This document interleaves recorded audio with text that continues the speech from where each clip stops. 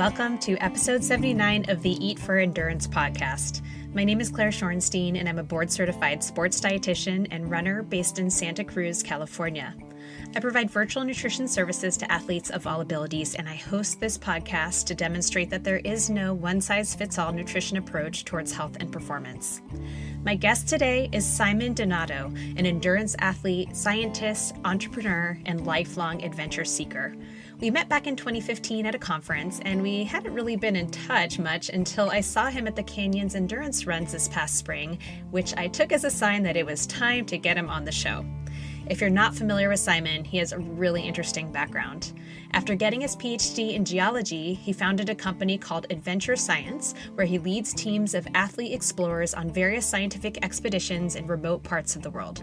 He also hosted the TV show Boundless for 3 seasons, documenting his endurance adventures around the world, and he owns Stoked Oats, an oatmeal and granola company which I can personally say has delicious, high-quality products. Simon lives with his family in the Canadian Rockies, and adventures look slightly different now that he has 2 young kids. I can certainly relate to that, but he really is still living the adventurer life. So that's enough for me. I hope you all enjoy my chat with Simon Donato. Well, Simon, I'm so glad we were able to reschedule, first of all, after our technical difficulties last week. And I really appreciate you coming on the show. Life is definitely looking a little bit different for both of us since we met 8 years ago, and Certainly. I'm excited to catch up. So since we're recording on a Monday, why don't you kick things off by sharing a few highlights from your weekend and what you've been up to recently? Exciting weekend highlights. Well, things are a little bit different because part of the weekend highlight was the 5-year-old went off to one of his buddies' birthdays. His mom took him there, and then I tried to organize the house with the youngest one, but no, it was a good weekend. Got out for a run both days, so that's not always the case. So I was happy about that. We made it out to the mountains on Saturday for a friend's birthday. Actually, one of my longtime training partners back when I was living in Canmore, a guy named Phil Villeneuve, was the man to beat in the area, and his specialty was 25K and shorter for trail races. He came out of national team Nordic, which is Canmore's the national training center, and Canmore's about an hour west of Calgary. So I lived there during the Boundless time and all of that. But he was just a monster on the trails, and as the sport was kind of reemerging from the shadows of adventure racing and ultra running, and road cycling, which seemed like road cycling took over for Lance Armstrong because of Lance Armstrong. And then Born to Run, brought trail running and ultras back. But anyways, it was Phil's birthday, and I have had many, many trail miles together. So that was a lot of fun. And then, Sunday was a nice family day. Everybody went out for a hike, his wife, and then Chanel, myself, and the 2 boys. And then we traded off. So the girls went for a run for half hour, 45, and then Phil and I did the same. So, that's what life looks like on a good weekend when you can get away with it. Yep. That's what we did. Weather was great. I can very much relate to all of that. I think this actually was the first weekend we haven't had a kid birthday party in like a month and a half. It's been like one of those like stretches where every single weekend is at least 1 or 2. But awesome. Okay. Yeah. Cause I think when I saw you, I spotted you at Canyons Endurance Runs, you said you had an Achilles issue, so you're kind of back to feeling good again?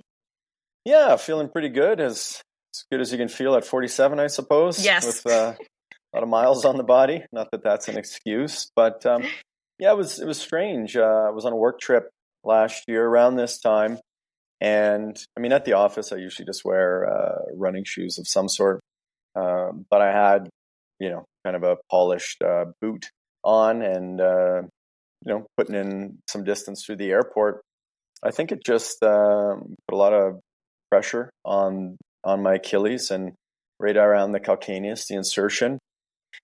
And I was actually down in Bentonville, Arkansas for this. We met with the Walmart team down there, and I had heard rave reviews about the trail network in Bentonville. So I was pretty excited, and we kind of freed up around 3-4 in the afternoon, got back to the hotel, switched into my running clothes, and took off to explore these mountain bike trails, which really are phenomenal. They just they cut through any bit of green space. All the ravines in town have some level of trail through them. And it was so cool because, I was the only runner, but so many cyclists out there. It was early December. And what was really striking to me was that I would see groups of women out there riding, 2, 4, whatever. And again, that's just kind of unusual, especially as it starts to get dark. They were riding with the headlamps, and it's just, with people feeling safe in the outdoors, you tend not to see as many women out there. So it was great to see, great little community there. But yeah, I went out, ran 20-ish K or so, and the next morning, man, I feel like somebody had just sliced the Achilles. And so I took some time off, got back into it in February. Didn't seem to have made much of a difference, but just soldiered through it for another month and a half, and then finally just put the brakes on it again.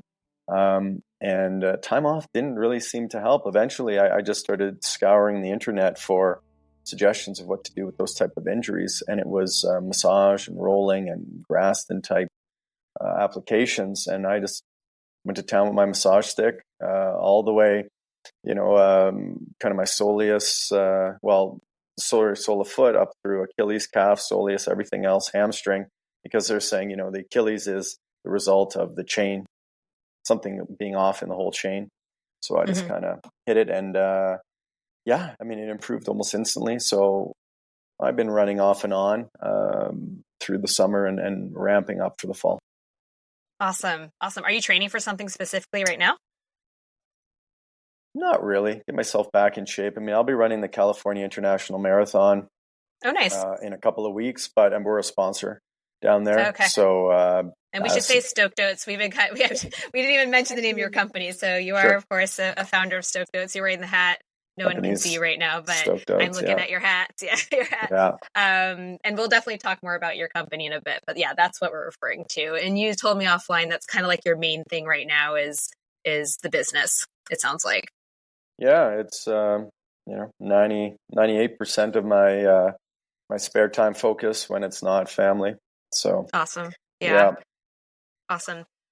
So yeah, let's hit rewind now. You're a lifelong adventurer and endurance athlete, and you mentioned Boundless. There's adventure racing. There's a lot of stuff in your history that we can kind of dig into from a nutrition lens, especially. So, but I like to kind of rewind all the way back to where you started, kind of growing up. So I always ask this question, what kinds of memories do you have surrounding food and meal times when you were growing up? Well, I've always been one with routine and tradition. It was the way my family worked.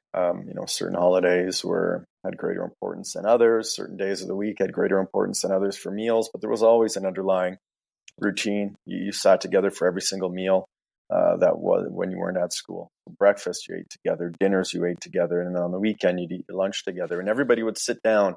We were never a family where, even though we were all on the go, there's three kids, 2 adults, and we did a lot of things, but we would always eat together. So that was a constant throughout my childhood and teenage years until I basically moved off to university. Yeah, and do you have any memories about the types of foods that kind of you enjoyed growing up, or anything that kind of stands out? Yeah, although, might seem hard to believe for those who know me, it was like my parents were a little bit more new age, not quite hippies, but, they subscribed to, the early organic, whole food type diet. And it was just, you make your food, you don't buy pre-made meals. And my father was born in Italy, came over after the Second World War. And his mother, when she passed away, she maybe knew 100 English words, so she had spent 40, 50 years in Canada and, hadn't really expanded the vocabulary. So very, very traditional Italian family. And, what was interesting about the Italians that I know that seem to have immigrated during the 50s was that, time stopped for them. They brought the Italy that they knew, which was current at the time, and just carried that through for the next 40, 50 years, right? So there was no adaptation to whatever may be going on culturally in Italy now. It was the same kind of family doctrines and everything else was like, that is how you be Italian. You do these things.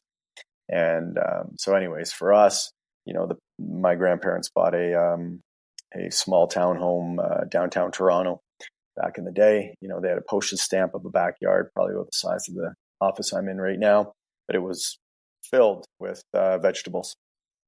And so that's an early memory. Harvesting grapes, which grew on the trellis over the patio. Another early memory with my grandfather. I mean, the wine was terrible, but made it every year. And, tomatoes, peppers, zucchinis, and, they would use the zucchini flowers. And it's just like a way of cooking that I wasn't born in London, Ontario, but I grew up there. So the greater Italian families from Toronto. My mom's side is from the Maritimes, French Canadian and Maritimes. So everybody kind of ended up in Toronto. That's where my parents met. And then, so we had a lot of the Italian influence growing up once we moved to London, which was basically 2 hours away, kind of 2 hours away from Detroit, 2 hours away from Toronto. And, so a lot of that, we had obviously lots of pasta. I can't remember a single meal, dinner at least, that went by without a salad. Salad every night, always oil and vinegar. We never got fancy with Newman's Own or anything like that. It was a straight oil and vinegar with salt.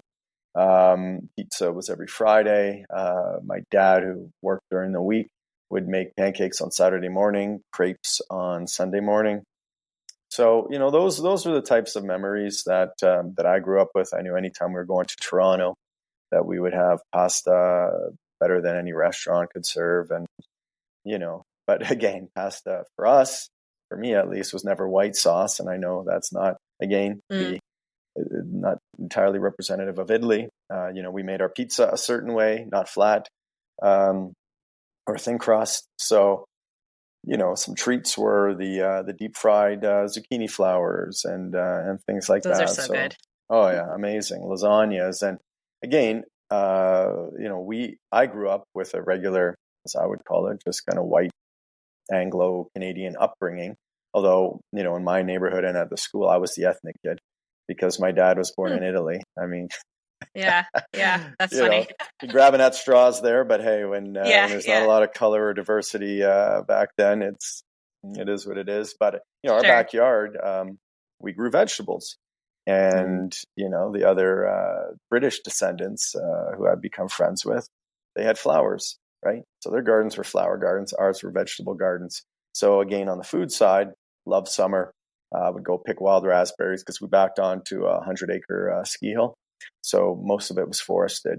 And around the edges, you get great raspberries. So in the summer, you go out and pick raspberries and get cut up. But mom would make as many pies as you could pick.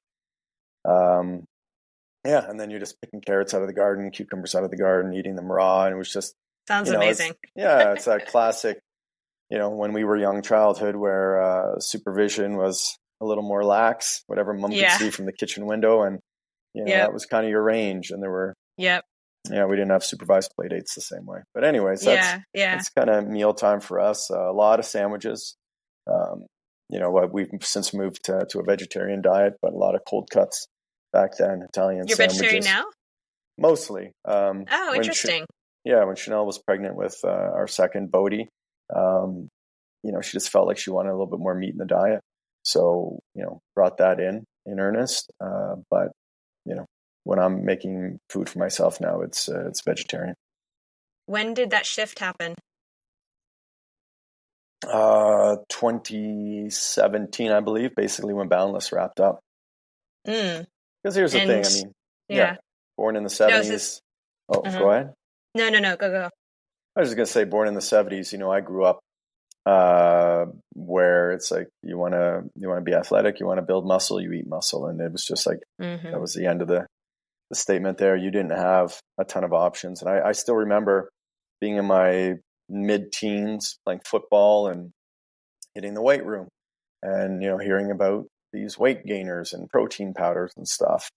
And again, they were just difficult to find. There was certainly no internet. So we would just go scour the grocery stores. And I remember the first one we stumbled across, I couldn't finish the tub. It tasted so bad. So, we didn't have the variety, certainly. Yeah. Yeah. And literally the podcast that's coming out this week that precedes yours is plant-based eating for endurance athletes. So that's very timely. There you go. There's my Because plug. there's a lot of people who prefer, I mean, maybe they're not going full vegetarian vegan, but they want to eat slightly more plant-based, and there are lots of reasons to do so. But yeah, we'll circle back to that. Let's hear a little bit about how you kind of got into sports. I believe I heard you on another podcast saying you were doing a lot of team sports initially. I know you were doing a lot of mountain stuff. Yeah. But how did you kind of make your way into the adventure racing scene and other endurance sports? Well, thanks for asking.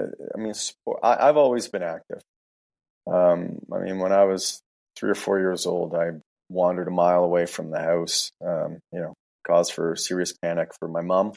But yeah, I just went for a walk. We were out in the country, walked a mile down to the nearest corner store, tried to shoplift a bunch of candy, as you do at 3 or 4 years old. Nice.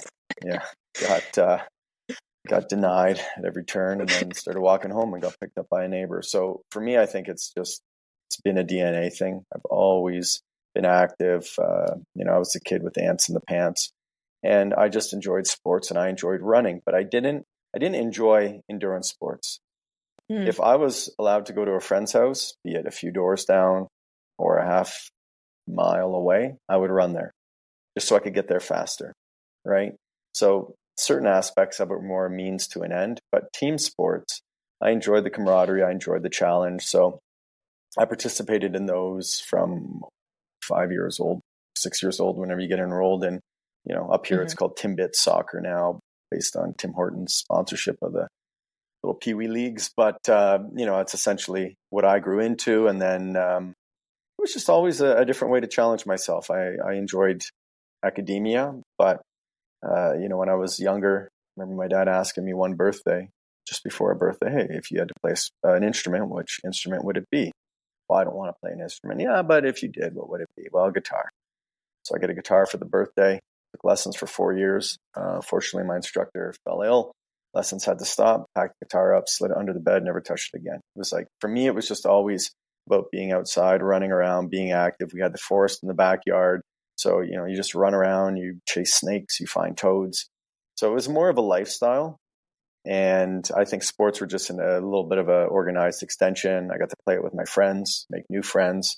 And, I did some more individualistic pursuits outside of that. Downhill ski racing was a big one that I carried through. Karate was one that I took into my early 20s. So, but it was just, I think I just enjoyed pushing my body and seeing what I was capable of doing, and to some degree emulating what you'd see in the media too, which was newspaper, radio, and television. Yeah. And once you kind of went to university and you're getting you got your PhD in geology and you're kind of in that realm, you're out of the house. I imagine things started to shift, maybe from a nutrition standpoint. You're not sitting down to family meals anymore. Things are a little bit more different. Sure. And then I imagine you're also perhaps, and you can answer this, if you're still participating in more organized sport. How did things shift in terms of nutrition? I'm curious. And again, because after PhD, I know you started adventure science, you were working, and then Boundless came around later. So lots of things were kind of moving and going around. So how did all that kind of play out? What did that look like? I know it's a big question.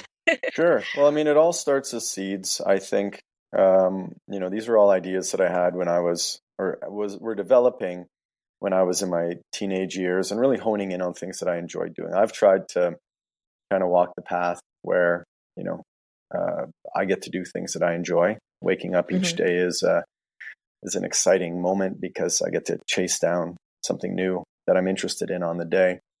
So for me, the evolution, certainly moving out of the house, meant I had to fend for myself. So in the teenage years, playing on every team I would make, I suppose, it was just about putting weight on. I mean, tall, lean, high burner. So, football, you want some weight and you want some mass. I got into cross country running my final year in high school. And, it was just, the caloric needs of a teenage boy and teenage girls, they're just through the roof. So it was really just about eating, but we always had, clean foods. We had the fresh loaves of bread, and, sandwiches would be lettuce, tomato, mustards and things like that. We shied away from a lot of sugary foods. Not to say they didn't make it into the house, but just probably not in the amounts that we see today. So anyways, go to university, and there were ups and downs. I was in a fraternity, and when I moved into the fraternity house, I think that was my third or fourth year of my undergrad degree, we were in charge of our own meals. So I got together with a few of the other guys, pooled our money, we found a cook, and we had somebody start making meals for us so we could have proper, more That's smart. well balanced meals. Yeah, we thought so. And that way you've got leftovers to take for lunch, you potentially have some breakfast, and I thought it worked out great. We always had lots of food, and it supported the activities, because back then I was still skiing on the varsity team. I was skiing outside of that, and then somewhere in my third year, I got into adventure racing, which was, I'd seen it in Men's Health magazine. I remember reading about Eco Challenge. This would have been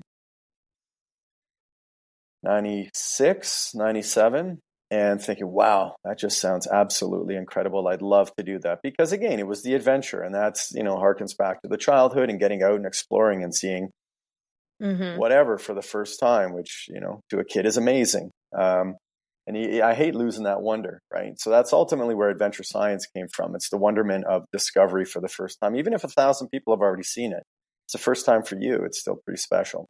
But, Eco Challenge was that adventure seed. It involved sport. Oh, and I also got into mountain biking maybe when I was 16. It was a new and emerging sport. Seemed pretty cool. We were buying the magazines, mountain bike action. Everything was fluorescent. It was pretty awesome. And we got into that hardcore. And I, when I was 18, with that ski hill in my backyard, I pitched the GM to let me open and manage a mountain bike center, build trails, rent out bikes, give lessons, all that stuff. Budding entrepreneur. Oh, I guess so. Yeah, I don't think we were making a lot of money back then, but got to buy my bikes at Pro Deal, and yeah, there you go. Hired all my buddies, so we just hang out and build trail and ride bikes all day. So it was pretty awesome, and I ran that through until I started my master's, I think. So it all kind of built on top of itself. And then that summer in my third year, I got a phone call from a good buddy of mine from high school, whom, again, another team sport guy. He was a volleyball player, and he said, Simon, I'm working for an adventure racing company out here, and I think you should sign up. So I've got a team of 2 from Ottawa. You and Derek should do it. Derek was the cross-country star of our school, and top grades and that kind of guy, right? He did his master's at Berkeley in engineering, and now he's big shot at Toyota down in Grand Rapids or Dearborn or Flushing, Michigan area. Yeah. But anyways, I was like, you and Simon need to get together. We'll put you with these 2 others, and it was trial by fire. We had they have a mandatory gear list, and they're bringing things that I'd never even seen before. Didn't even know where to go to buy trail runners. Again, it was like, it was a evolving and budding sport. And certainly in London, Ontario, even the sport of ultra running, which used to be shown on the NBC's Wild World of Sports back in the 80s and early 90s, it just hadn't made it to London, Ontario. It was a little more of a mountain sport. So we figured it out. We finished the race and just thought, wow, this is absolutely incredible. A couple of kids, beat out real adults who, have money and in theory know what they're doing. So I kind of made that my mission for the next, it was pretty close to a decade, where during that time I got to race a couple of Eco Challenges, move my way up the kind of international ranks, split my time between the long format, which is week plus long racing, and then got into sprints, which would be in the 6-8 hour format. So started working on speed there, and started Canadian Adventure Racing Association in the early 2000s as well, as a way to govern the growth and kind of put some guardrails in there, build out a national insurance policy to help manage costs for race directors. So, it was a big part of my life. And, as it ties to university, I was playing competitive soccer. I was racing mountain bikes. I would ski race, and I was still doing it all and trying to balance academics and everything else.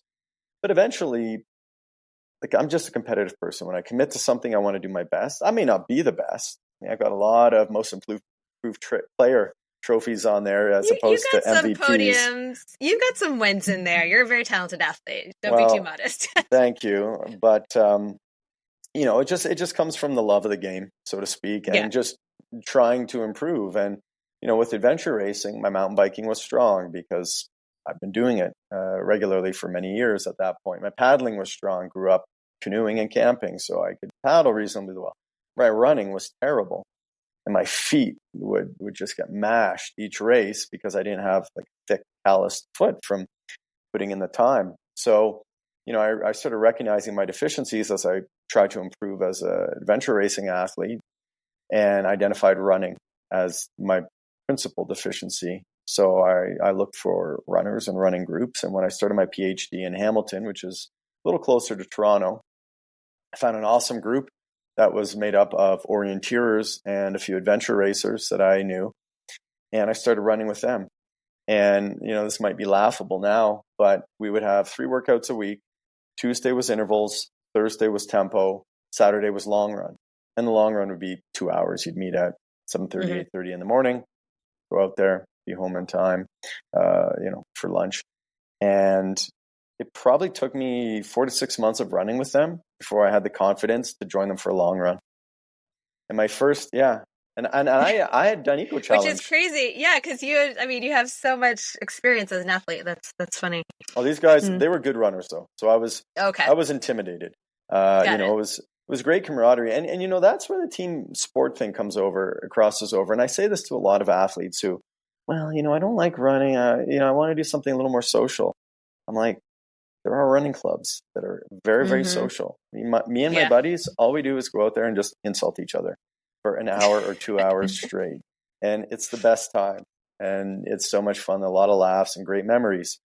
And, you've got that camaraderie. So yes, you're running, but, you're doing it as part of a group. You've got that accountability, it's been a busy day, and do I want to show up at 5:30 at the golf course to run? Well, they're all going to be there, and they're going to rip me even harder than normal if I skip out for this one. So, there's a lot of fun in it, and it pushes you to be better. So again, we had the interval runs. When I started with those, they would go off on the trails, and it would, whatever. It was usually the time. Well, it was always the time. This is kind of pre-GPS watch too.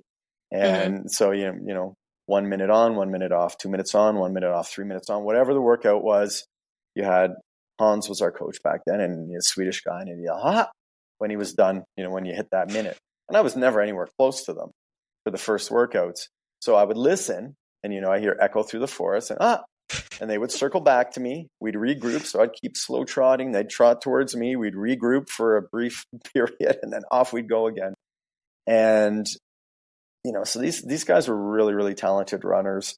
And for me, it seemed like a big mental leap to go for that 2-hour run. But eventually when I did it, it was no problem. I'd certainly put in the time with these guys and improved my running substantially. And then, ran hard through the PhD. And it was at that point, it's basically running, cycling.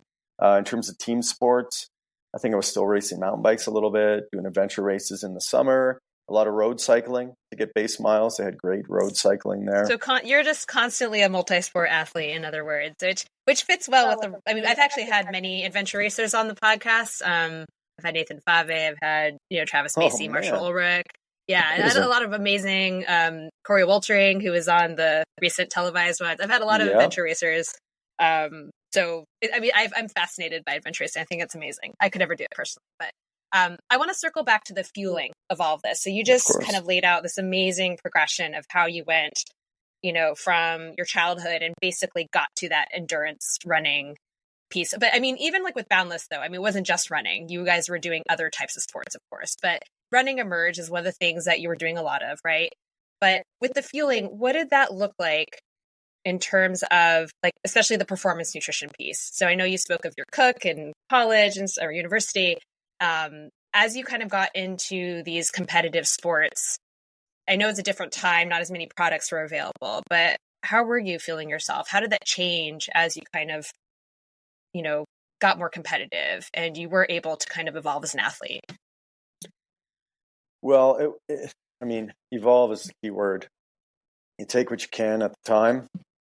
And, I always say in ultras, you run when you can run and you walk when you can walk, and anything else, it's just, it's act of God kind of thing. And with sports nutrition, I found it's been the same way. You run when you can run and you walk when you can walk. And it's adventure racing, ultras are perfect laboratories for that, because your stomach says yes to this today, it says no to it tomorrow. So, there's two components. There's when I'm at home and I have time to make a proper meal, and then when I'm training. When I started the Mountain Bike Center, the first nutrition products we brought in were power bars, silver wrapper, foil wrapper. Yep. And these were like the extruder, gross toffee power bars. I remember those. Apple cinnamon. There was the oatmeal raisin. Those are the two that I ate the most. But it's like we would wrap them around our bars. Like that's what people were doing back then. You just break little pieces off as you went. That's so funny. But we ate them by the caseload, right? Yeah. Because it was supposed to be healthy. It was nutrition on the go. And you trusted Dave Scott and all those boys who were racing and winning Ironman and swore by Power Bar back then. Obviously, that evolved over time, but you kind of went to an extreme, and then you just went off a cliff. It's like, okay, I've eaten my 10,000 Power Bar, and I just can't do it anymore. I need Cliff Bar. Wow, what a revolution! Moving on to Cliff Bar, right? Yeah. And then the next thing, and the next thing, and the next thing, and then gels did the exact same thing. Power gels. Mm-hmm. It's like you're powering down less gritty toothpaste. And then Cliff Shots. Goo. What's this?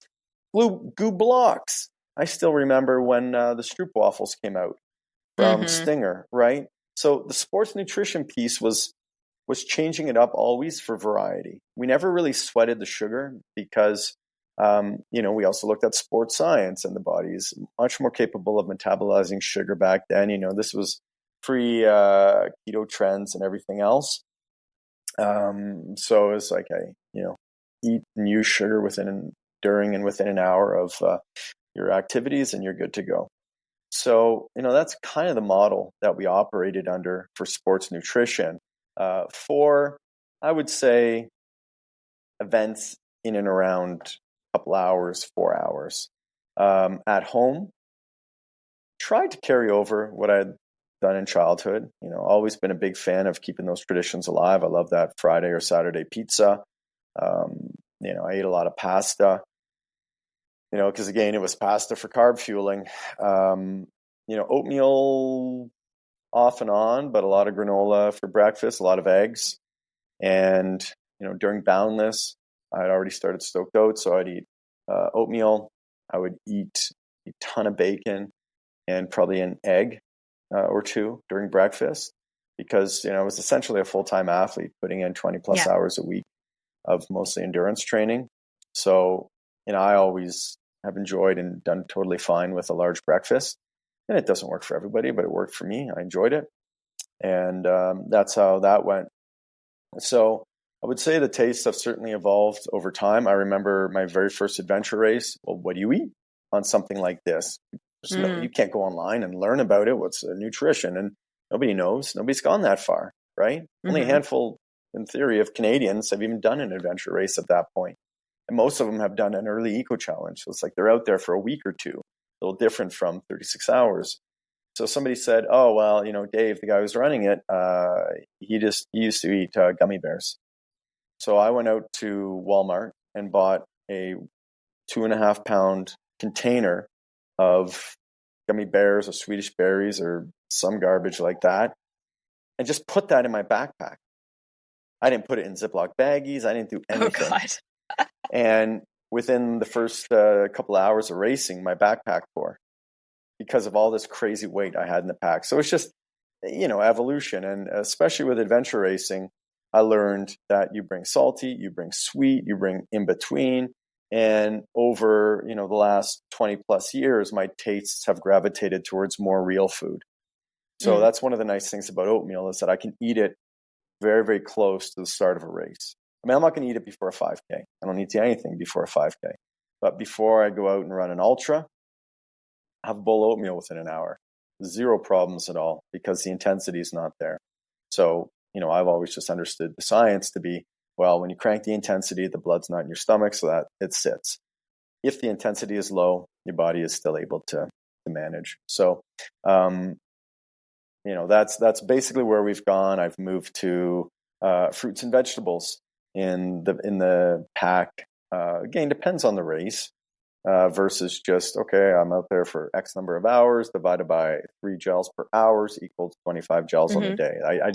I don't do that anymore. There was a period of time when I was really trying to be competitive and, trying to hone the craft. It was more about gels and like maxing out or minimizing, I should say, weight while racing.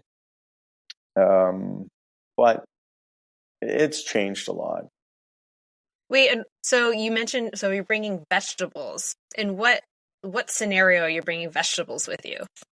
This isn't like in a race? It wouldn't be in a race usually. Or an expedition. More expedition, more long run with the group on a Saturday or Sunday in the mountains. What vegetable would you bring? Like a potato or like a different kind of vegetable? Well, I used to bring potatoes in ultra races, salted potatoes. Okay. Yeah. And I'd have a little Ziploc baggie. But these would be cucumbers, sliced carrots. And, sometimes you take a bite and spit it right out and say, well, it's not going to work right now. And that's that. Yeah. But other times it works out for you. But I found that it has to be something that I can wash down quickly. I mean, I've tried protein cookies, for example, just found them too dry. So for me, I try and there's a sweet spot where I'm a water sipper when I'm out there. I don't guzzle a ton of it anymore. And honestly, if it's less than a 2-hour outing, I won't take any water or food usually, unless really? It's why is that? Lazy. I don't know. No, for me now, one of the reasons I gravitated towards running after adventure racing, because adventure racing it's so complex from a gear and logistics perspective. You need to make sure you're climbing gears together. You need to make sure you're paddling gears together. How many running shoes are you bringing? What types? The bike. I mean, my God, it's just, there's a lot of moving parts with adventure races, and plus nutrition and a nutrition bag in every single drop box. And it was so cumbersome that I just wanted simplicity. So when ultra running became that thing where guys would go out in a pair of short split shorts, water bottle in hand, and a bar in the other kind of thing, I appreciated it because of where I'd come from. So yes, again, in the early days, I was teched out with a vest and made sure I had my 2 liters and a couple gels always as emergency. And now, unless it's going to be a bigger effort, because I also think there is a training and mental aspect to the reliance of knowing that you have something versus if you don't. So I'll hydrate well before a run. I'll drink my water bottle pretty much right before I leave the parking lot. And just run off that. But and honestly, I've moved to just keeping it simple with a bottle in my hand. My favorite race right now in the ultra world is a race called the Itch in Florida. It's in Ocala National Park, which is hour outside of the Orlando airport, so it's really easy to get to. It's point to point. There are no trail markings. It's really just a trail run that is chaperoned, so to speak, by the race director who makes next to no money doing this. It's a $30 entry fee. There's 20 spots available every year, and it's usually sold out. You have to get yourself to the start line. You meet on the side of a road, and you just walk onto the Florida Trail. Okay, it's part of the Florida Trail system, and then you run 50K. And she may or may not meet you at some road crossings. And if she does, she may or may not have a flat or two of Costco water bottles with her. God. You know, so I'll throw a couple of gels in my shorts for something like that. I'll start with a water bottle, and then I'll swap out Costco bottles with her, where literally you're unscrewing the cap and you just take a swig, because I guess I'm done taking myself seriously on this stuff. I do it, you know, to kind of test myself and see where the threshold is, have some fun with my buddies again, see beautiful places, experience movement and motion. And, you know, the reasons have changed for now. Maybe I'll get competitive again at some point, but right now, you know, it's family, it's stoked oats, and I had more than most through Boundless, and I'm very grateful for that. But and you know, I'm not training at the same level I used to, so my outside of sport nutrition needs are very different. So I'd say I just maintain a balanced, mostly plant-based diet where it's oatmeal every single day, Monday to Friday, and then on the weekends, you know, maybe we have pancakes or something different to mix it up. But we take time to prepare meals. Chanel's a phenomenal cook, and she likes to go off recipes. So rarely do we have, you know, something you're just firing into the microwave or whatever, a reheater meal, I would say. I think that's where I am right now.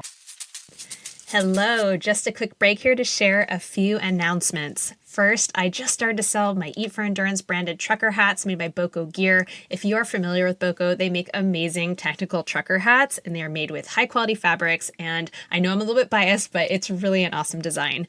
I'm giving free shipping for all purchases, and for a limited time with every hat purchase, you get one of my 2x4-inch stickers for free. It's a really awesome large sticker. So head on over to my website, eatforendurance.com, to order the hat, or you can also just buy the sticker if you'd prefer. All proceeds help support this show, and I really, really appreciate it. I only ordered 50 of these hats, and a lot have sold already, so don't sit on this for too long.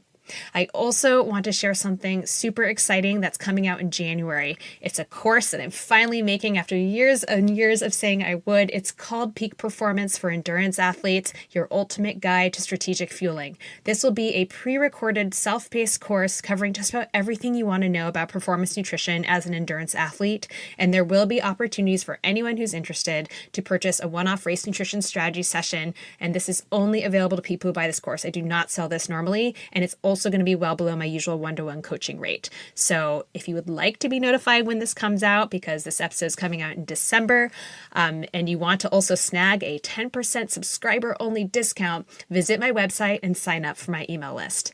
And lastly, you guys know I always ask this. If you haven't already subscribed to the show, rated and reviewed it, or shared it with your friends, it's such a great way to support me and the show. And you can also head on over to Patreon if you'd like to throw a few dollars towards the towards the podcast, I post my Patreon link in the show notes, as well as on my Instagram profile. All of this keeps this free content going. So if you want to keep seeing it coming out, every other week, you can do any of the things I mentioned just now. All right. Thanks so much. Let's get back to the episode. You know, one of my questions was going to be about how becoming a parent had changed life as, you know, an adventurer, an athlete, as a scientist. And I think you kind of summed that up right there. And it's something I had Dylan Bowman on recently, and we were kind of chatting also about parenthood and how he really had to put, and, you know, with Free Trail and everything, he really had to put his running on the back burner for the first time in a long time, you know, and how he's kind of trying to get his shit together again now. But, you know, you see a lot of kind of athletes kind of go through parenthood, and sometimes maybe it doesn't affect them as much, but other times, you know, as you say, priorities change, and you had this huge chunk of time with Boundless and with Adventure Science and all of the other sporting endeavors where you were really like in it, you know? Certainly. You know, maybe we can briefly, I'm aware of time, so maybe we can just briefly touch on Adventure Science and Boundless. And of course, I want you to talk about Stoked Oats. So sure. Can you just briefly describe what Adventure Science is? I thought it was kind of in the past, but it sounds like it's being resurrected. So maybe you can kind of talk a little bit about what that is, that a company that you started, and kind of explain some of the exciting expeditions that you've done.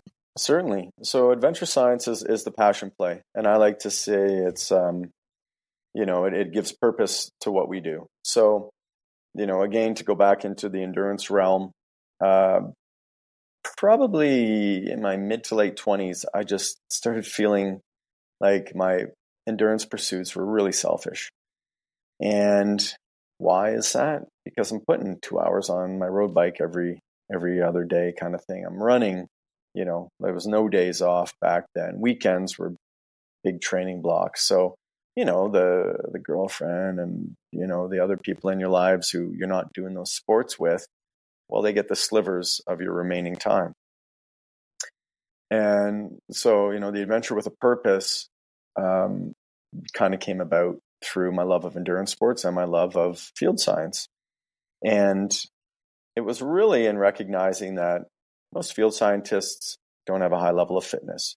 Most endurance athletes don't have, master's or doctorate in archaeology, paleontology, conservation, whatever. Some do, but not a lot. And for those who don't, when you want to go out and do your field studies in the summer, you've got to apply for grants because usually these are far-flung locations and it's expensive to get there. And, you're taking choppers in and all that adds up. Well, through adventure racing, I realized that, and ultra running, there is this small group of people out there who have these physical skills and a personal desire to go to these far-flung places and can do it under human power and explore for days on, meager rations and all the rest of it, and do in days what a typical field team could do in months. And I saw that with my own research. My PhD was in the Middle East, where I was exploring a coastal region. And I was doing a ton of adventure racing back then. So I'd walk through a lagoon for the course of a week. When I did my initial survey there, the lagoon, the tide would come in and out twice a day. So at some points it was bone dry. At other points I was up to my neck, wading through the water, having to stop every 100 meters or so to collect sediment samples. And, in the course of a week, I walked about 50K in these conditions in the heat of Oman. And it was difficult, but I enjoyed it. I loved it. And I remember comparing notes afterwards because, the sediment surveys is kind of like, oh, you walk the transect and pick up dirt along the way. A lot of people do it. And I was comparing to somebody else who was in the same type of study. And they were saying literally it took them a month to do a fraction of the distance that I had done. So to me, it just all came down to fitness. So, I had a lot of questions and doing all the research, you get introduced to other people, you read articles, papers, whatever. There's the hobby piece, the archaeology and paleontology that I just love to read about for fun. You hear about new find out here or something going on there, or you find, a dark zone on a map that, hey, there's no research that's been done here yet. Just adjacent to it, this was found. So, it got, just through my own work, it got me thinking about what if and the other options out there. So that's what adventure science became. We started with more search and rescue focus, again, driven by the disappearance of Steve Fawcett when he was flying an airplane, and reading the articles that were, search and rescuers couldn't get there because it was heavily wooded, side of a mountain, so on and so forth, and they couldn't drive their ATVs or ride a horse there. And I'm like, really? That's our limiting factor? It's like I'm doing races where I'm going up and over these mountains and down the other side and through the gully and then, do it 10 times in a row. And it's like, we just do that for fun. So let's do it for a purpose. That's where adventure science came from. Dovetailed nicely with the racing. Having that high level of fitness kind of helped me rationalize my need for the fitness. It might not have extended out to loved ones and everybody else, but for me, it gave me that purpose. And also, it was a way to give back. We have found or we have helped families close missing person cases before. I was part of the search for Micah True, Caballo Blanco, Born to Run fame. And, oh, really? Wow. We spent the night next to his body in the canyon there, Tim and I. And, it just having this fitness and the insights that come with the adventure science side of thing really, they benefit people. And I think around this time too, we were getting reached out to a lot for a variety of charitable causes. And, this kind of became my own cause, right? to each their own. And I certainly encourage giving back to your communities or those in need. And personally, I've got the foundations and groups that we support. But Adventure Science was kind of a way to give back in terms of knowledge or helping families that needed closure. And this was our own special little superhero power skill set. So we decided to run with it. So is that when you said you're kind of starting to get that back up and running again, is that more the direction you're going into, kind of search and rescue type stuff, or are you going to be trying to do more of the other types of expeditions where you're looking for, dinosaur prints or whatever else you're doing? Like what's kind of in the future there? Well, we basically took a pause because of COVID. We differ from some other citizen science-esque organizations in that we'll bring the researchers and the athletes together and then put them in the field together, where the researchers are typically quarterbacks and the athletes are on the ground every day under guidance. They'll bring their findings back. We'll review them, high grade for the next day. And again, think of surveys and transects, right? Here's our block of whatever that we're supposed to search, missing airplane, archaeological sites. And, we're going to start on this edge on day 1 and methodically move through for day 7 or 14. And that's how it goes. I mean, we've done that in Madagascar, Canadian Arctic, across North America, the Middle East, a number of projects out there. So the Kenya, it's worked well doing that. And it's also kind of need and interest based. So we've got a core group of participants, and it's open. So we were continually recruiting new participants. But, we've got a number of projects. We do high-level research, see what has legs, and then we share it with the group. Hey, team, who's interested in these? What's the priority here? And, ideally, we like to do 2 a year.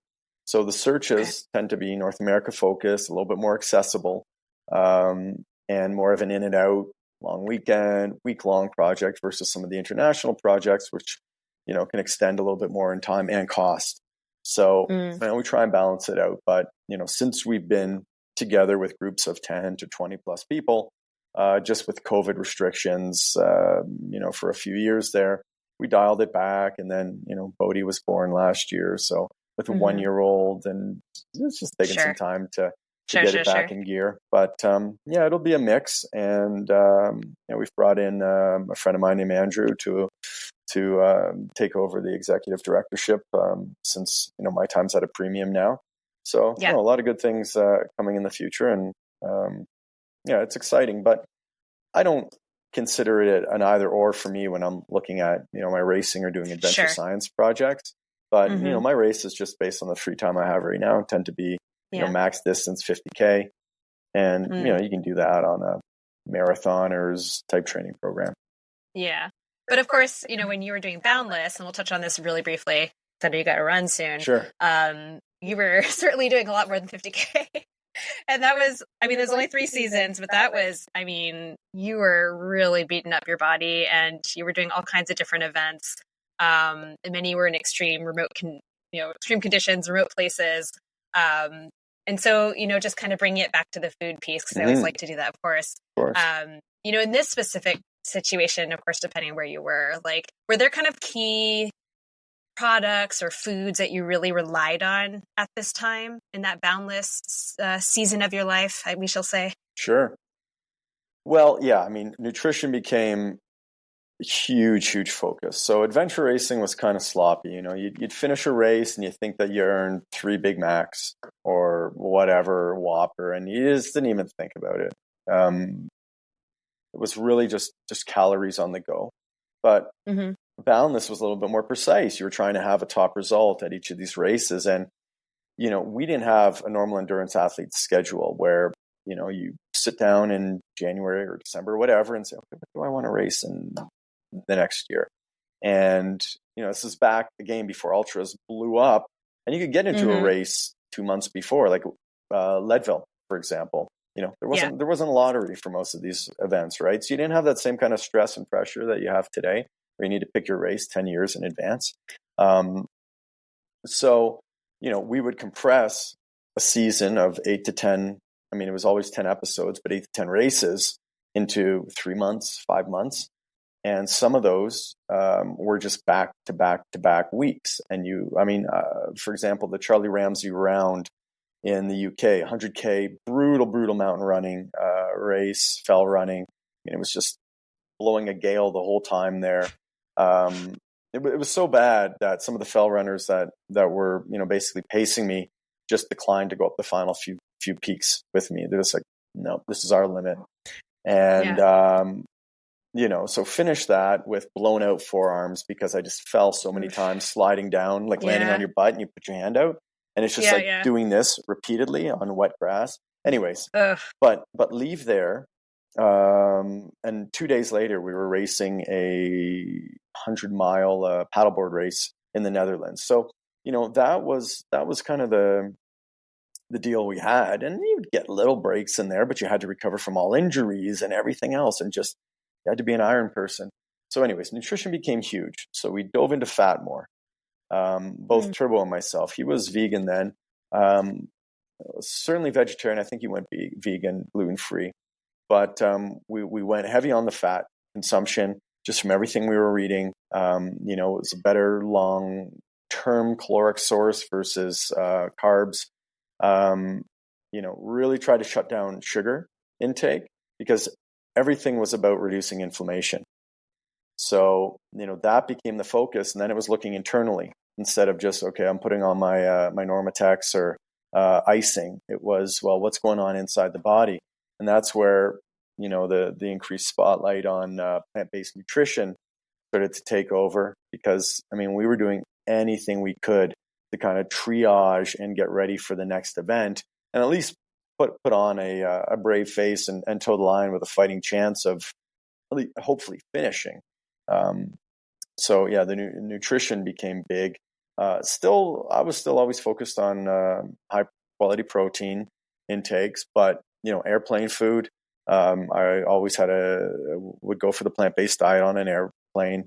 Would never take snacks. Would plan and bring what I could, so that I would have something substantial to eat during travel. But you were still during actual competitions taking carb-based products and stuff like that, or you were still going for more real foods?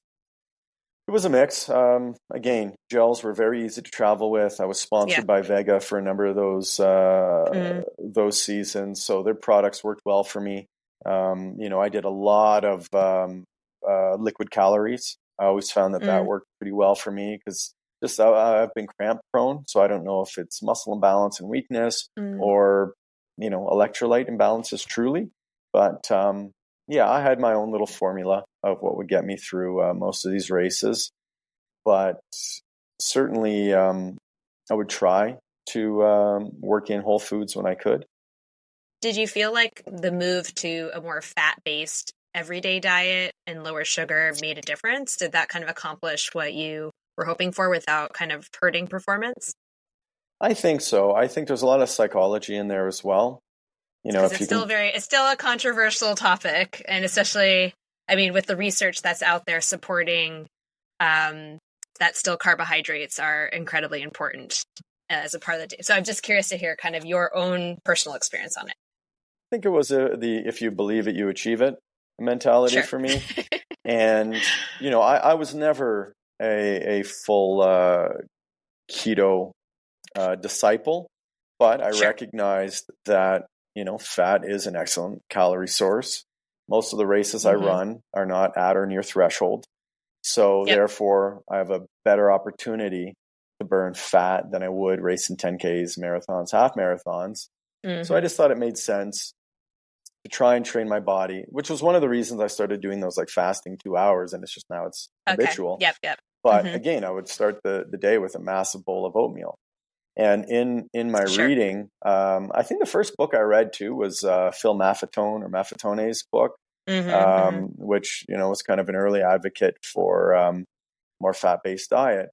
But, it was like, you need sugar to kickstart this process. And it's not just like January 1st, you eat your sugar and then you're good for the year. It's like each day you need a proper source of sugar. And so for me, it was, reduce the junk. But I was also I'm a strict follower of routine. And, back then I Stoked Oats was run from my laptop. I didn't have an office. Boundless was whatever, whenever. And, Adventure Science, I'd run it from, my home as well. So, my day was a lot more flexible.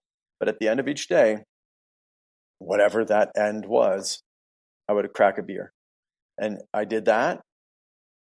Then it was time to eat. There was no more training. There was no more work. It was time to go see friends. So, for me, I just had some just funny little quirks where, because otherwise you end up working all night on your computer, right? And, you don't get that segmentation that I think is important for, mental health and the freshness you need to approach it every day. So, yeah, for me, there was always that hard stop, but, I wasn't drinking the ultra beers and they didn't have Athletic Brewing. It was something that was 4 to 5% alcohol. So, I had my own routines to, that were both comfort, but also, hey, it was a few extra calories at the end of the day. Tasted good. Yeah. And we'll wrap up with Stoked Oats.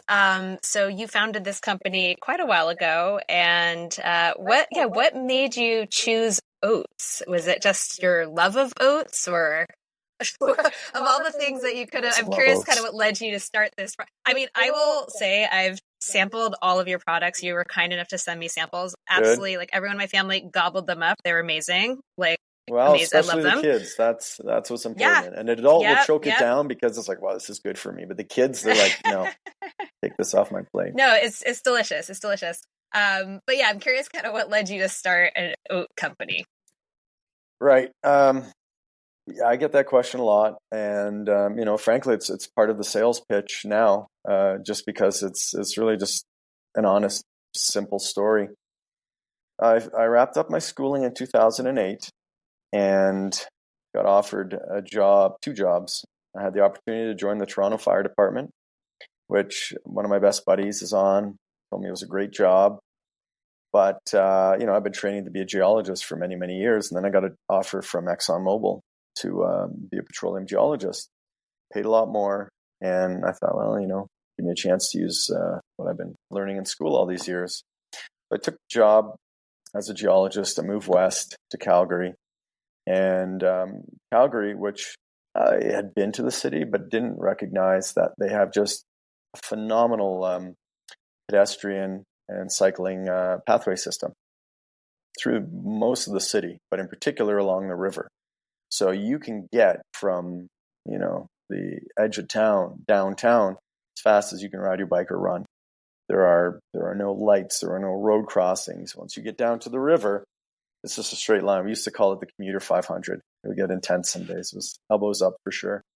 But I started doing that to get into the office and decided no transit, no driving. You're only going to run or bike to the office. And that's what I did for the nearly 5 years that I worked in the oil and gas industry. But I found quickly that my regular cereal breakfast, on a work day just didn't sit right, to eat my bowl of cereal quickly and then run to the office, or conversely run in and then, steal the coffee station milk to fill a bowl of cereal. Like, it wasn't going to make me a popular guy. So I started messing around with different breakfasts. And even though I wasn't a huge fan of oatmeal growing up, there's always the Quaker instant packs, accessible like anywhere you went, be it hotel to home to whatever. Mm-hmm. But it was just too sweet. You don't need to preserve this stuff. Like, it's just... My question was why? Why are you doing this to oatmeal? This is garbage. It should be something healthy because oats are a great healthy grain. And so that's where it started. I went to the bulk store. I bought a variety of different oat flakes and dried ingredients, fruits, nuts, seeds, all that stuff. Started researching what's power packed out there and came across chia, came across the benefits of flax, learned more about the benefits of oats and everything else. And just built it out from there. So I started building different blends for myself that would be more antioxidant blends. So that was a fruit blend where I found affordable yet high antioxidant fruits like apples and mulberries and those that I've put in there to combat inflammation, right? And then on the other side of that, where my protein needs coming from, well, I created a blend which is now called Stone Age, which had nuts. So I'm never like when we do our nutritional facts panel, I've never, ever been concerned with, oh, yeah, those calories are starting to climb. Like, I'm not Weight Watchers. I'm Stoked Oats. Yeah. And Yes. this is, Thank you. yeah, We're no not problem. concerned about calories. Hell no. No, it's like, yes, we need to manage it overall, but it's like not at the expense of putting healthy or healthful ingredients in something, right? So, it never even crossed the radar. It was, where's our protein? Where's our sugars? What's our fat at? What's our soluble fiber at? Those were the goals. And part of it as well was I used to have like the worst mid-morning crash. I mean, and this went back many, many years. It's a grad school. Like grad school, my diet was, I was more grad student. I'd eat a can of beans for lunch every day, a can or two of beans. I don't remember what my breakfast was. It was probably cereal. But if we had a presentation in the morning, we would have something called department bingo. And I was like one of the bingo squares. Simon will fall asleep, right? And it was the same once I started working for Exxon. I would fall asleep in meetings. Like it was bad. So I needed something to deal with this. And through my research, it was protein and soluble fiber, slow the blood barrier transmission of it all. And again, that's another reason why the focus on oats. So, I created something functional for myself initially. That's really where it came from. And then, just as chance would have it, people in the department, I was a healthy guy, always in good shape. So people, well, he's healthy. What's he eating? So I started bringing in baggies of oatmeal for other geologists, admins on the floor, and I'd be handing out baggies of oatmeal, like once a week. And then we had a United Way charitable event where they asked me if I could bring in some bags to auction off, which I thought was absolutely ridiculous. Who the hell's going to buy oatmeal? But I did it. It sold. I thought, why not? Let's see what's going on here. And I knew nothing about nutrition other than what I was just trying to do to optimize my own personal performance. We started selling through farmers markets and had some success there and just kind of grew it out organically. And that's what we've done since day one. We've bootstrapped it. Never done a big financing round or anything. And now we're in a few hundred stores in the US and growing quickly there. We're sold nationally across Canada, all the majors up here, Costco. So, we've done pretty well. We do oatmeal, granola, pancakes now. Coming out with some. Oh, I haven't seen your pancakes. Oh, that's fun. Oh, awesome. We'll have to send some of those down. Yeah, those just launched this fall. I think I tried your granola and your oatmeals, which were delicious. Good. Yeah, again, the granola, lowest sugar granola on the market. I mean, that if there was one claim to fame for Stoked Oats, we're not the highest protein out there, but we always fight to be no to low added sugar. And if it's a sugar, it's coming from dried fruit, it's coming from maple, or it's coming from honey. You're never going to find a cane sugar or something else. And it's just my personal ethos on that one. It should all be derived from kind of the source, right? Yeah. I mean, I personally don't agree entirely with demonizing sugar. I mean, not that you're demonizing it necessarily, but you are very much putting forth like a minimal sugar or natural sugar sources, which we have to find that balance. A lot of times with people, I'm trying to embrace all foods fit mentality, and there's a time and a place for sugar, and there's a time and a place for these lower sugar products, and it's finding something that works for you. I loved your products, so I think those things work great. Other people might feel around with a Pop-Tart. Like it all comes down to what works with you, which is a lot of what we see. And I mean, obviously we have the science, we have research, and then we have the anecdotal stuff. So I think it's nice to have a wide variety of options. I agree with you though, the Quaker stuff. And I love like Kodiak, the toaster waffles, but their oatmeals are so sweet. I mean, some of the stuff is just gross sweet. So I like having a lower sugar option. And the palate changes quickly. So, to give, I know we're running out of time here, but in the final few minutes, so the way we kind of commercialized this was, of course, it was through running. So I sent an email out to my running group, which was there's a group in Calgary called Adrenaline Rush, coached by an ex-Olympian named Janice McCaffrey. And it's a master's group. So you'd have a few 20 somethings like me initially, and then you've got all the way up to 50, 60 plus. Mm-hmm. It's very cool to see, like sport for life. But I sent an email out saying, all right, gang, plan on staying a little bit longer for our Saturday long run, which was around one of the reservoirs in Calgary. It's a 10-miler-ish, because I'm going to serve you all oatmeal. And I had a number of different flavors at that point. I had my clipboards, and it was literally like Goldilocks and the Three Bears as I'm going through all the feedback afterwards. Too sweet, not sweet enough, just right. And I'm looking at this and going like, well, I don't want to be too sweet because then I alienate the not sweet enough guys. The not sweet enough guys, though, it's like, then what's their sweetener? Are they brown sugar? Are they agave? Are they syrup? Are they honey? Are they this thing or that thing? Right? I'm not going to tell you what you're going to put in your oatmeal to sweeten it up. Right? Mm. So I just decided, we're going to give you the canvas, so to speak, and you can dress it up as you see fit. So you want to put fresh fruit, give her. You want to do this, it's your oatmeal. Do whatever you want. But I'm not making that decision for you before you buy it. I love that. And it's the same with the granola.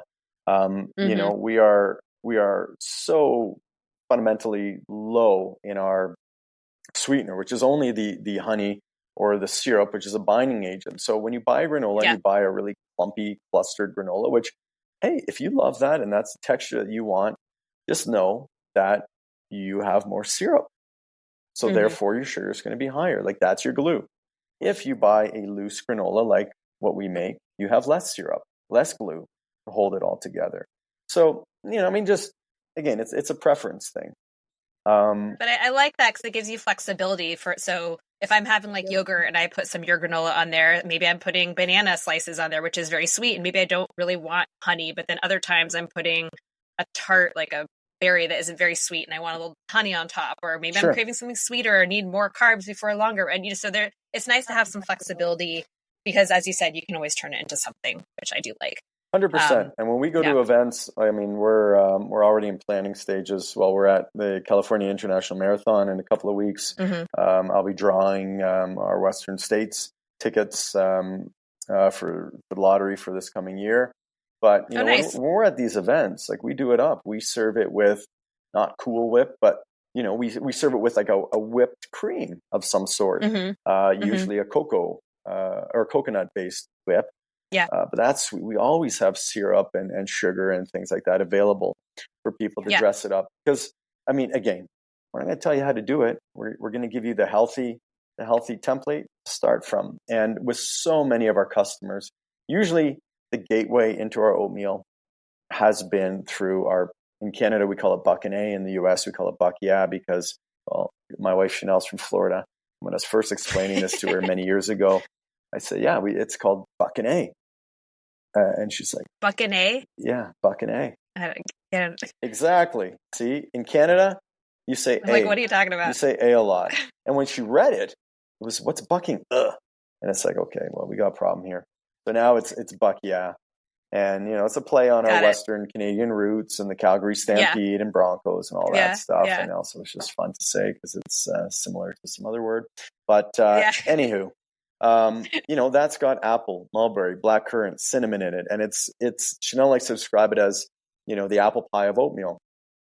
And apple cinnamon is a classic oatmeal, made classic by Quaker and all those others. Yeah. And, for us, that's the sweetest one. So when I'd be at a farmer's market, I would usually have that in the crock pot or something because the aroma is very nice. Somebody tries it. It's sweet, which they're used to sweet oatmeal, right? Because back in 2011, when we launched, 2012, Quaker, they're still dominant, but they were really one of very few oatmeals on the shelf. So we're all used to sweeter oatmeal. But man, the transition to our least sweet, which is Stone Age, 0 added sugar, nuts, seeds, like it happens so fast, and then the people can't go back, right? Anything else is just like, get this away from me. So the palate changes quickly. I've learned that. Yeah. Well, Simon, thanks so much for giving your time today. It was really great to catch up, and I know it's been a really long time. Like literally it's been like we met for 2 seconds at a 2015 conference, but That was a lot of fun. I've been trying to, I know it was a lot of fun. But I was thinking about having you on the show for a long time since I launched, so I'm glad I finally got you on here. Where can everyone buy your products in the U.S.? Since I have a very international audience, but I think most of them are in the U.S. Where are the main kind of stores? Sure. I mean, best way is online right now. We sell through Amazon. We sell through our own website, stokedoats.com, which I think the team has. We're pretty much giving it away for Black Friday. What else? We're along the West Coast and a number of grocers there. We just started with Bristol Farms in the Southern California area, which is quite exciting. Pacific Northwest, Oregon, Washington, Idaho. We're down in Texas, HEB, and, building new accounts all the time. And again, in Canada, we sell coast to coast. But I think right now, in the age of internet and online shopping, that's probably a very easy way for customers to get a hold of the oats. And then I guess I'll plug Adventure Science. It's just adventurescience.com. Find the website if it sounds like something that's fun to you. Shoot us an email and we'll put you on the mailing list, which, we got some pretty cool things coming down for 2024. So it's a good time to bring it back to life. And you're not very active on Instagram, it seems. I was looking at your profile and not much out there. Well, I mean, my wife posts what we do with our life. My team posts what we do with the oatmeal. We basically, in terms of Adventure Science, we'll bring that back to life with posts. But really all I use Instagram for is posting when my wife packs the dishwasher now. I was literally about to say that. Oh my God. I've seen those posts. I can relate so much to this because I finally decided that my husband was just going to take over dishes and dishwasher because it was causing like actual fights. Like I couldn't take it anymore. I see those posts and I feel seen. I really do. Because I get like rage. I get dishwasher rage. It's like this doesn't come out clean. Why would you do that? No, it's like, how can you look at this and think that this makes sense? I know. I get you. I know. If they were plastic, literally, I'd expect them just to be pitched in like this. Like a little bit more care because they're ceramic or porcelain, but not much. Thankfully, she's got a fantastic sense of humor about this, so we can have some fun with it. But I've legitimately met people, a lot of our ambassadors, when I meet them for the first time. I love your wife versus dishwasher thing on your Instagram. That's all they say. Nothing like, oh, hey, Boundless really inspired me, or this or that. No, I'm just an old guy who sells oatmeal and pokes fun at his wife's dishwasher packing. I celebrate none of the amazing things she does. I just take shots over dishwasher. But yeah, it's something I think all of us can relate to, or at least most of us, if we're in a relationship and living in a home. So, yes, thank you for that. Again, I feel seen. All right, Simon, thanks again so much. Good luck with Stoked Oats and with your race, the Itch it was called, I think. Oh, yeah, the Itch. The Itch. Start training. So, hope you make it through okay. And, wishing you all the best for the rest of the year. Well, it's great to see you. Thanks for having me on and putting up with my tech issues on the back end, which the listeners won't be aware of. But you got to be patient there. You must be a mom now. Yes. Thank you. Awesome. All right, guys, that's our show for today. If you'd like to give Stoked Oats a try, and I highly recommend that you do, I have a special discount just for my listeners. Go on over to their website, stokedoats.com, and you can enter the code STOKEDEFE, that's STOKEDEFE,